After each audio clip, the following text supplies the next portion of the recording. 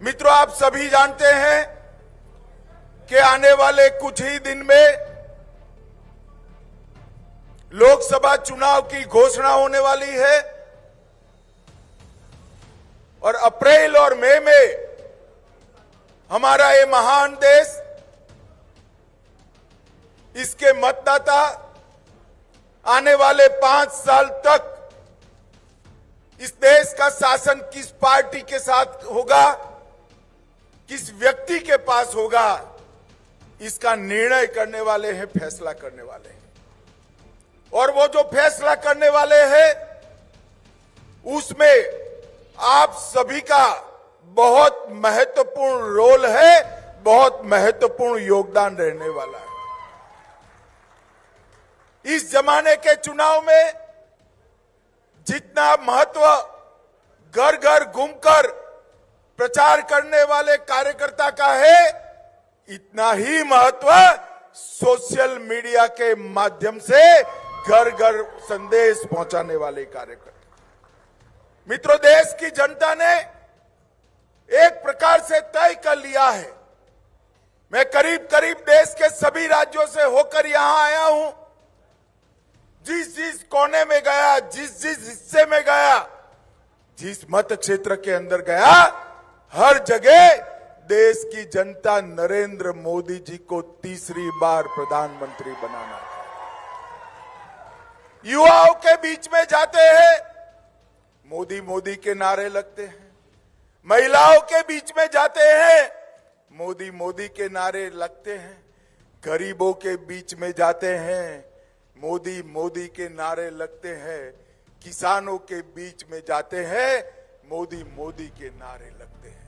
मगर मैं आज आप सभी को मिलने के लिए, आपसे बात करने के लिए इसलिए आया हूं कि चुनाव तेलंगाना में भारतीय जनता पार्टी को और मजबूत कर 12 से ज्यादा सीटें भारतीय जनता पार्टी की जिताने का चुनाव। हम सब 400 पार का लक्ष्य तो याद रखें, 400 पार का लक्ष्य सिद्ध करना ही है, परंतु ये 400 में 12 कमल यहां से दिल्ली भेजने का काम तेलंगाना की जनता। भाई और बहनों, ये 10 साल के अंदर नरेंद्र मोदी जी ने देश को राजनीतिक स्थिरता देने का काम किया है। आया गया राम की पॉलिटिक्स को समाप्त कर एक छत्र नेतृत्व में पूर्ण बहुमत वाली 10 साल तक सरकार नरेंद्र मोदी जी ने चलाई है। नरेंद्र मोदी जी ने 10 साल में भ्रष्टाचार मुक्त शासन दिया है। मैं बाद में बात करूंगा टीआरएस और कांग्रेस की लाखों करोड़ों रुपए के घपले, घोटाले, भ्रष्टाचार, इनके सामने आरोप हुए। नरेंद्र मोदी जी पर 25 पैसे का आरोप हमारे विरोधी भी नहीं लगा। नरेंद्र मोदी ने जन कल्याण की नीतियों वाला शासन दिया है। नरेंद्र मोदी जी ने देश को समृद्ध बनाने का काम किया है। नरेंद्र मोदी जी ने देश को सुरक्षित बनाने का काम किया है। हम जब शासन में आए 11वें नंबर की अर्थव्यवस्था थे, आज फिर से चुनाव में जा रहे हैं। 11वें नंबर से 5वें नंबर की अर्थव्यवस्था भारत बन गया है मित्रों। और मैं आपको मोदी गारंटी बताने आया हूं। मोदी जी का गारंटी है, तीसरी बार मोदी जी को प्रधानमंत्री बनाओ, दुनिया में तीसरे नंबर का इकोनॉमी हम बन जाएंगे। मोदी जी ने सबसे तेज बढ़ती हुई इकोनॉमी देने का काम किया है और मोदी जी ने 60 करोड़ गरीबों को, गरीबी का पूरा दुख भोगने वाले लोगों के जीवन स्तर को उठाने का काम किया है। आज भारत स्मार्ट डेटा कंजम्पशन में दुनिया में नंबर 1 है, फिनटेक में नंबर 1 है, मोबाइल मैन्युफैक्चरिंग में नंबर 2 है, तीसरा बड़ा एविएशन मार्केट है, तीसरा बड़ा ऑटो मार्केट है, और चंद्रमा के दक्षिण ध्रुव पर पहुंचने वाला भारत पहला देश है मित्रों। ये गौरव मोदी जी ने दिया है। मोदी जी के 10 साल सारे वादों के समाप्ति के 10 साल है। मैं आपको बताना चाहता हूं, मैं पार्टी का अध्यक्ष था। 2019 में हम मैनिफेस्टो रिलीज कर रहे थे, संकल्प पत्र घोषित कर रहे थे। उस वक्त पत्रकार पूछते थे, पहला पेज तो ऐसा है जो कभी भी पूरा नहीं होगा। मैं भी निरुत्तर था। पहले पेज में क्या था? क्या था हमारे संकल्प पत्र के पहले पेज में? पहले पेज में था, अयोध्या में भव्य राम मंदिर हम बनाएंगे। 500 साल से पूरे देश के सभी श्रद्धालु चाहते थे कि अयोध्या में भव्य राम मंदिर हो और राम लल्ला सम्मान के साथ अपने मंदिर के अंदर विराजमान हो। एक कांग्रेस पार्टी 70 साल तक राम मंदिर के मुद्दे को अटकाती रही, भटकाती रही, लटकाती रही। अरे आपने तो बनाया नहीं मंदिर, मोदी जी ने बनाया। प्राण प्रतिष्ठा थी, आपको निमंत्रण दिया, आप उपस्थित भी नहीं रहे। वोट बैंक की लालच से आपने राम जन्मभूमि के प्राण प्रतिष्ठा का बहिष्कार किया। मित्रों, दूसरा वादा क्या था? कश्मीर से हम धारा 370 को समाप्त कर देंगे। आज मैं कहना चाहता हूं, 70 साल से कांग्रेस पार्टी ये धारा 370 को लेकर चलती थी। नरेंद्र मोदी जी ने 5 अगस्त 2019 को धारा 370 को एक झटके में समाप्त कर दिया। युवा मित्रों, मुझे बताओ, ये कश्मीर जो है हमारा है या नहीं है? अरे जोर से बोलो, है या नहीं है? धारा 370 हटनी चाहिए थी या नहीं हटनी चाहिए थी? एक कांग्रेस पार्टी तुष्टीकरण की राजनीति के कारण धारा 370 हटाती नहीं थी। मोदी जी ने एक झटके में धारा 370 को समाप्त कर दिया। हमने तीसरा वादा किया था, ट्रिपल तलाक को हम समाप्त कर देंगे। किसी की हिम्मत नहीं थी। लाखों करोड़ों मुस्लिम माताओं बहनों के साथ अन्याय होता था। मुस्लिम की बात करने वाले, माइनॉरिटी की बात करने वाले मुस्लिम माताओं की आवाज नहीं सुनते थे। मोदी जी ने ट्रिपल तलाक को समाप्त कर दिया और देश में सभी को अधिकार मिला। मोदी जी ने कहा था कि हम महिलाओं को 33% आरक्षण देंगे। कांग्रेस पार्टी सालों तक सत्ता पर रही, परंतु उनको 33% आरक्षण रिजर्वेशन नहीं मिला। मोदी जी ने विधानसभा और लोकसभा में मातृशक्ति को 33% रिजर्वेशन देकर मातृशक्ति का सम्मान करने का काम। और अभी अभी कल ही हमने कहा था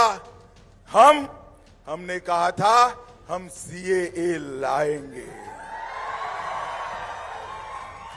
कांग्रेस पार्टी CAA का विरोध करती थी।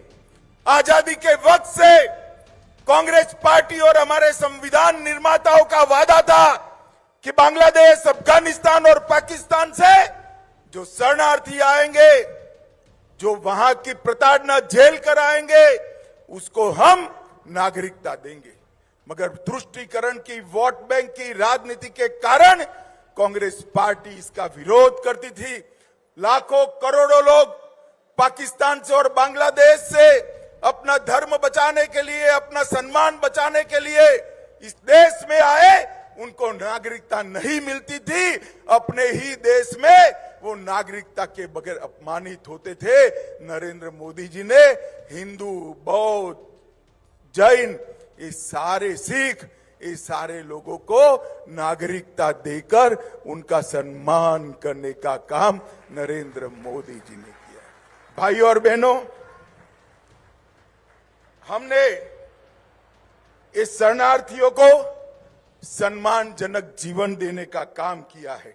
उनकी संस्कृति, उनकी भाषा, उनका धर्म, उनके परिवार की महिलाओं का सम्मान, उसका रक्षा करने का काम किया है। और आज से कल से इस देश में आया हुआ हर एक शरणार्थी मेरे और आपके जितना ही अधिकारी है इस देश पर, यह अधिकार हमने इनको दिया है। कांग्रेस ने इसका भी विरोध किया। मित्रों, 10 साल में हमने कई सारे रिफॉर्म किए हैं और मैं आज आपको बताना चाहता हूं, 10 साल पहले मैं जब यूपी का इंचार्ज था, 2014 में सोशल मीडिया की ही मीट थी, इतनी बड़ी तो उस वक्त होती नहीं थी। आगरे में छोटा सा हॉल था, 300 सोशल मीडिया वॉलंटियर्स थे। सारे लोग कहते थे हमारे लिए फोन बड़ा महंगा पड़ता है और डेटा का रेट भी बहुत ज्यादा है, इसलिए हम सोशल मीडिया पर ज्यादा काम नहीं कर सकते। आज मैं आप सभी मेरे साइबर योद्धाओं को कहना चाहता हूं, आपके हाथ में आज मेक इन इंडिया का फोन है और सबसे सस्ते डाटा के साथ आप इंडिया की सक्सेस स्टोरी को दुनिया भर में पहुंचा रहे हो। ये डिजिटल क्रांति नरेंद्र मोदी जी ने लाई। मित्रों, आज तेलंगाना की जनता ने फैसला एक प्रकार से 3 पार्टियों के सामने भाजपा का चुनाव है, कांग्रेस पार्टी, टीआरएस और मजलिस। मगर मैं कहता हूं ये तीनों पार्टियों का एजेंडा एक ही है। मेरी बात ध्यान से सुनना, 3 पार्टियों के सामने तेलंगाना की जनता को भारतीय जनता पार्टी को और मोदी जी को चुनना है। एक कांग्रेस पार्टी, 2 टीआरएस, तीसरा मजलिस। परंतु पार्टी कहने को 3 है मगर एजेंडा एक ही है। एक कांग्रेस और टीआरएस मजलिस के एजेंडे पे चलते हैं, मजलिस का एजेंडा लागू करते हैं। मुझे भाई और बहनों बताओ, हैदराबाद स्थापना दिन मनाना चाहिए या नहीं मनाना चाहिए? जोर से बोलिए, मनाना चाहिए या नहीं मनाना चाहिए? ये मुस्लिम रिजर्वेशन हटना चाहिए या नहीं हटना चाहिए? जोर से बोलो, हटना चाहिए या नहीं हटना चाहिए? क्या कांग्रेस हटा सकती है? टीआरएस हटा सकती है? मजलिस हटाना चाहती है? ये तीनों एक दूसरे के चट्टे बट्टे हैं। ये तीनों पार्टियां एक है। सिर्फ एजेंडे में नहीं, तीनों पार्टियां परिवारवादी पार्टियां हैं। कांग्रेस पार्टी 4 पीढ़ी से जवाहरलाल नेहरू, इंदिरा गांधी, राजीव गांधी, सोनिया गांधी और राहुल गांधी, यहां केसीआर और केटीआर, और यहां पर भी मजलिस में भी 4 तो आ गए हैं, न जाने कितने आएंगे। ये सारी परिवारवादी पार्टियां हैं। ये पार्टियां तेलंगाना का भला नहीं कर सकती। ये पार्टियां एक ही एजेंडे पे चलती हैं। ये तीनों पार्टियां परिवारवादी पार्टियां हैं और ये तीनों पार्टियां भ्रष्टाचारी पार्टियां हैं, अथाह भ्रष्टाचार करने वाली पार्टी है। भाइयों और बहनों, अभी यहां पर कांग्रेस की सरकार है। मैं कांग्रेस के मुख्यमंत्री को कहने आया हूं, भैया जरा आपकी पार्टी के घोटाले को मैं लिस्ट देता हूं, तुम जरा तेलंगाना की जनता को जवाब देना। कांग्रेस पार्टी ने कॉल ब्लॉक का घोटाला किया, कॉमनवेल्थ का किया, 2G का किया, शारदा चिट फंड का किया, हिमाचल की सेब की बिक्री का किया, INX मीडिया का किया, एयरसेल का किया, लैंड फॉर जॉब का घोटाला हुआ, जम्मू कश्मीर क्रिकेट एसोसिएशन का घोटाला हुआ, एम्ब्रायर डील का घोटाला हुआ, ऑगस्टा वेस्टलैंड का हुआ, सबमरीन का घोटाला हुआ, बॉफोर्स घोटाला हुआ, मारुति घोटाला हुआ। घोटाले की लिस्ट इतनी लंबी है, एक कांग्रेस पार्टी ने 12 लाख करोड़ के घपले, घोटाले और भ्रष्टाचार किया है। और ये टीआरएस ने भी तेलुगु प्राइड के नाम से सत्ता पर आए और लाखों करोड़ रुपए का भ्रष्टाचार किया। मैं इनकी भ्रष्टाचार की लिस्ट मेरे पास है, मगर मैं बताना नहीं चाहता। ये दोनों पार्टियां भ्रष्टाचारी पार्टियां हैं मित्रों। ये तेलंगाना का भला नहीं कर सकते। ये दोनों पार्टियां भ्रष्टाचारी पार्टियां हैं और ये तीनों पार्टियां तेलंगाना को विकसित तेलंगाना नहीं बना सकती। ये तीनों पार्टियां का एजेंडा अलग है, परिवारवाद के साथ अपने परिवार का भला करना। मुझे बताओ, जो अपने बेटों बेटी के लिए राजनीति में है वो तेलंगाना का भला कर सकते हैं क्या? जोर से बोलो, कर सकते हैं क्या? तेलंगाना का भला केवल और केवल नरेंद्र मोदी के नेतृत्व में भारतीय जनता पार्टी कर सकती है। भाई और बहनों, मोदी जी देश के सबसे गरीब घर में चाय बेचने वाले के बेटे के रूप में जन्म लेकर आज दुनिया के सबसे लोकप्रिय नेता बने हैं मोदी जी। 23 साल से मैं बरोबर देख रहा हूं, ये व्यक्ति ने एक भी छुट्टी नहीं ली है। 23 साल से ये व्यक्ति गरीबों के कल्याण का काम कर रहा है और 23 साल से ये व्यक्ति सीएम भी रहा, पीएम भी रहा। उसके जीवन पर कोई उंगली नहीं उठा सकता, भ्रष्टाचार का एक भी आरोप नहीं है। जिन्होंने अपना पूरा जीवन देश के गरीबों के विकास के लिए समर्पित किया, जिन्होंने पूरा जीवन एक क्षण का भी विराम करे बगैर भारत माता की सेवा में लगाया, एक और वो है और एक और राहुल बाबा है। हर 3 महीने में 45 दिन की छुट्टी मनाना है। मोदी जी ने कहा भाई छुट्टी सभी लोग भारत में मनाए, मगर ये कहां मनाते हैं? इटली मनाते हैं, रोम बनाते हैं, इंग्लैंड जाते हैं, अमेरिका जाते हैं। उनको जरा गर्मी लगती है। भाइयों और बहनों, ये जमात कभी भारत का भला नहीं कर सकती। ये जमात कभी तेलंगाना का भला नहीं कर सकती। और मैं आज यहां आया हूं तब तेलंगाना के मुख्यमंत्री को पूछने आया हूं, आप जरा बताइए, 10 साल आपकी सरकार थी, 10 साल में आपने तेलंगाना के लिए कितना खर्च किया? मित्रों, 10 साल में संयुक्त आंध्र प्रदेश के लिए सोनिया मनमोहन सरकार ने 2 लाख करोड़ रुपए का खर्च किया था। कितना खर्च किया था? जोर से बोलो, कितना? मोदी जी ने अकेले तेलंगाना के लिए 2,42,000 करोड़ का खर्च किया है। एक दृष्टि से देखे तो 3 गुना खर्च होता है। और इसके साथ साथ लगभग 4 लाख करोड़ से ज्यादा रोड, एयरपोर्ट, पेट्रोल की लाइनें और कई सारी यूनिवर्सिटियां, कई सारे इंस्टीट्यूट देने का काम नरेंद्र मोदी जी ने किया है और तेलंगाना का विकास करने का काम। मित्रों, इनके पास पास्ट परफॉर्मेंस भी नहीं है, इनके पास ट्रैक रिकॉर्ड नहीं है। इनको पूछते हैं कि 70 साल में क्या हुआ, क्यों 60 करोड़ लोग बैंक अकाउंट के बगैर थे? जवाब नहीं है। इनको पूछते हैं 13 करोड़ महिलाएं क्यों गैस का सिलेंडर नहीं मिला था? उनके पास जवाब नहीं है। इनको पूछते हैं 14 करोड़ घरों में शौचालय क्यों नहीं था? इनके पास जवाब नहीं है। इनको पूछते हैं 14 करोड़ घरों में जल से, नल से जल पीने का पानी क्यों नहीं था? जवाब नहीं देते हैं। इनको पूछते हैं 60 करोड़ लोगों को मुफ्त अनाज क्यों नहीं मिलता था? जवाब नहीं है। पर मोदी जी ने 10 साल में सारे जवाब दे दिए।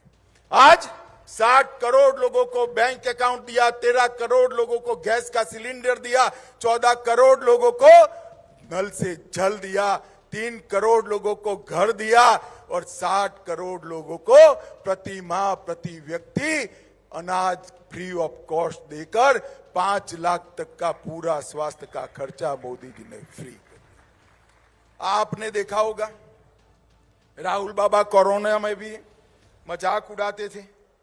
कोरोना में कहते थे कि ये तो मोदी वैक्सीन है, इसको मत छुओ। मगर मोदी जी ने अपील की, पूरी देश ने वैक्सीन ली और आज देश कोरोना से सुरक्षित बाहर आ गया। मित्रों, ये मोदी जी ने ये पूरे देश को सुरक्षित करने का, सिर्फ कोरोना से सुरक्षित नहीं किया, पाकिस्तान से आए दिन जब सोनिया मनमोहन की सरकार थी, पाकिस्तान से आलिया मालिया जमालिया घुस जाते थे और बम धमाके करते थे और मनमोहन सिंह कुछ नहीं बोलते थे, कुछ नहीं बोलते थे। उन्होंने उरी और पुलवामा में किया, इनको मालूम पड़ा कि क्या होने वाला है। वो भूल गए कि अब मनमोहन सिंह प्रधानमंत्री नहीं है, नरेंद्र मोदी प्रधानमंत्री है। 10 ही दिन के अंदर सर्जिकल स्ट्राइक और एयर स्ट्राइक कर पाकिस्तान के घर में घुसकर आतंकवादियों का सफाया करने का काम नरेंद्र मोदी जी ने हमारी देश की सीमाओं को सुरक्षित करने का काम किया है। आतंकवाद और नक्सलवाद को समाप्त करने का काम नरेंद्र मोदी जी ने किया है। मित्रों, 10 साल के अंदर मोदी जी ने एक नींव डालने का काम किया है। जैसा मैंने कहा, इनके पास इनका कोई रिकॉर्ड नहीं है, ट्रैक रिकॉर्ड नहीं है, इनके पास भविष्य का एजेंडा भी नहीं है।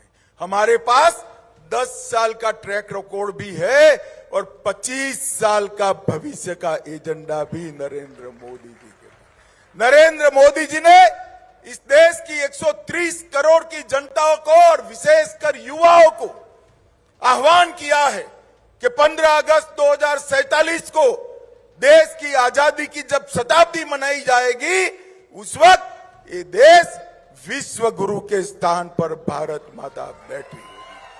हर क्षेत्र के अंदर भारत विश्व में सर्वप्रथम होगा, भारत आत्मनिर्भर होगा, भारत पूर्ण विकसित राष्ट्र बनेगा। ये लक्ष्य लेकर मोदी जी चले हैं। एक और ये इंडी अलायंस, गठबंधन गठबंधन और टीआरएस जैसी पार्टियां अपने बेटे बेटियों को आगे बढ़ाने के लिए प्रयास कर रही है। दूसरी ओर मोदी जी के नेतृत्व में भारतीय जनता पार्टी भारत माता को विश्व गुरु के स्थान पर बैठाने के लिए परिश्रम कर रही है। भाई और बहनों, आज मैं आया हूं आप लोगों को अपील करने के लिए। मोदी जी ने डेटा का बिल बहुत सस्ता करा है, बिल की चिंता मत करिएगा, एक शर्ट कम पहनिएगा, मगर ये 45 दिन तक मई अंत तक सोशल मीडिया में नरेंद्र मोदी जी के एजेंडा को और नरेंद्र मोदी जी की नीतियों को तेलंगाना के हर युवा के साथ पहुंचाने का काम आपको करना है। आज इस सभागार से जाने के बाद हर युवा, हर भाई, हर बहन ये तय कर जाए 400 पार तो करना ही है, मगर ये 400 में 12 तेलुगु कमल तेलंगाना से भी भेजना है। मुझे बताओ, ये संकल्प लेकर यहां से जाएंगे? अरे यार, जोर से बोलो, जाएंगे? 12 सीट जीतने का फैसला करते हैं? जोर से बोलिए, करते हैं? मोदी जी को 400 पार कराओगे? मोदी जी को तीसरी बार प्रधानमंत्री बनाएंगे? तेलंगाना में 12 से ज्यादा भाजपा सांसद जिताएंगे? तो मेरे साथ दोनों हाथ उठाइए, उठाइए दोनों हाथ, विजय के संकल्प की मुट्ठी भींचिए और प्रचंड आवाज से बोलिए, भारत माता की, भारत माता